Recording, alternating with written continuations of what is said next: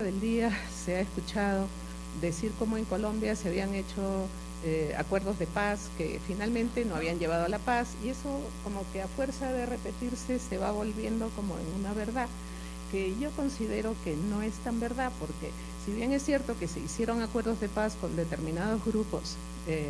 armados, podemos decir que en ningún caso los grupos armados que firmaron esos acuerdos de paz volvieron a tomar las armas para resolver los conflictos políticos o sociales por los que se habían levantado. Ellos no eran la mayoría de los grupos armados, y entonces eso llevó a que estemos hoy día en el proceso de paz, que por supuesto, con las limitaciones que pueda tener, es una oportunidad histórica para Colombia y para el continente nuestro. Procesos de paz son reconocidos como exitosos en los acuerdos como proceso, sobre todo el de Salvador y Guatemala. Muchas veces se mira como más exitoso al del Salvador en términos de analizar la situación actual que vive Guatemala con relación a la violencia, al crimen organizado y a los conflictos que aún consideran y viven las poblaciones guatemaltecas. Voy a señalar que en el caso de El Salvador, el acuerdo de paz se propuso terminar el conflicto armado por la vía política al más corto plazo posible, impulsar la democratización, garantizar el irrestricto respeto a los derechos humanos y reunificar a la sociedad salvadoreña.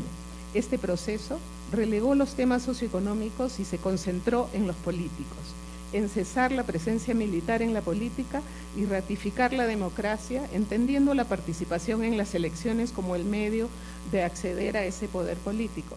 Y también podríamos decir que en el caso de El Salvador los cambios constitucionales se hicieron en el 83,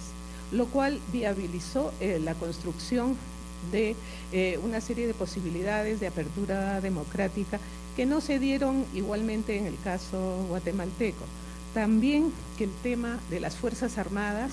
y su presencia en la sociedad, las Fuerzas Armadas y policiales y su presencia en la sociedad fueron un tema álgido a lo largo de las negociaciones y que llevaron a que en momentos se pararan los diálogos, pero que finalmente resultaron en una reforma y reestructuración de Fuerzas Armadas y Policía en El Salvador, que es importante. En el caso de Guatemala, las reformas, si bien se hicieron algunas, como la creación de la Procuraduría y la creación del Tribunal Supremo Electoral,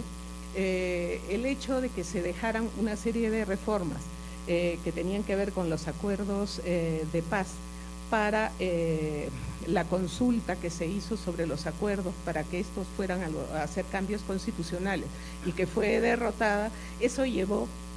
también a consecuencias en el proceso de construcción de paz de Guatemala. Además de que el siguiente gobierno, después de la firma de los acuerdos de paz, fue un gobierno muy fuerte de derecha que siempre se opuso a la negociación de la paz. Quisiera señalar que en ambos procesos el tema de los refugiados, de las poblaciones desarraigadas, jugó un importante papel. En el caso de El Salvador, los refugiados que estaban en diferentes partes, pero fundamentalmente en Honduras, también algunos en México, acordaron retornar a su país antes de la firma de los acuerdos de paz. En este acuerdo, que fue un acuerdo político, con mucha decisión de las organizaciones de los refugiados, en coordinación con organizaciones de desplazados internos en El Salvador, en este acuerdo de retornar, enfrentaron también a Naciones Unidas, que pensaba que no era el momento y que no quería apoyar un retorno al que no le veía garantías de seguridad. Yo soy un convencido de que la paz en Centroamérica tiene muchas cosas que decirnos y tal vez mañana voy a hablar de eso, pero ahorita quiero aprovechar es para mostrar un poco dos diferencias con los procesos centroamericanos que se interesan ahora. La primera tiene que ver con el tipo de transición al frente del que estamos en Colombia, y la segunda, el tema de la justicia transicional. En temas de transición, bien lo decía nuestra colega, que hace una exposición muy bella de ese proceso tan interesante. Estamos en un escenario de posguerra fría, en un escenario bastante unánime respecto del tema de la economía de mercado y donde las ideas de transiciones económicas o sociales detrás de los procesos de paz es cada vez más extraña. Y entonces las aspiraciones del gobierno tienen mucho más que ver con desmovilizaciones masivas que con cambios profundos en la sociedad. Y eso deja muchas preguntas para los migrantes forzados, porque los migrantes forzados, como todos nosotros que estamos aquí lo sabemos, no son solo el efecto del combate entre las fuerzas que están enfrentadas, sino de procesos económicos y sociales bastante profundos que generan ese desplazamiento. Y si las respuestas no se producen en ese nivel, hay poco que ofrecer a los migrantes en estos contextos de la paz contemporánea. ¿Sí? Es una paz que no ofrece grandes espacios, ni grandes cambios, ni grandes esperanzas, tal vez como usted lo estaba proponiendo ahorita. Y la segunda es el tema de la justicia transicional, que es muy importante, creo, para estos debates nuestros. En primer sentido, porque digamos,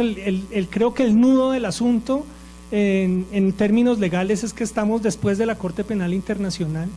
Y después de la Corte Penal Internacional y los desarrollos que ha habido en el sistema interamericano y el global sobre justicia transicional, hoy, primero, hacer los procesos de paz ya no es tan fácil, en la medida en que, comenzando porque las amnistías y los indultos no están permitidos, pero no es tan fácil también de una manera muy interesante porque las víctimas tienen más voces y herramientas que hoy se pueden utilizar y de hecho se están utilizando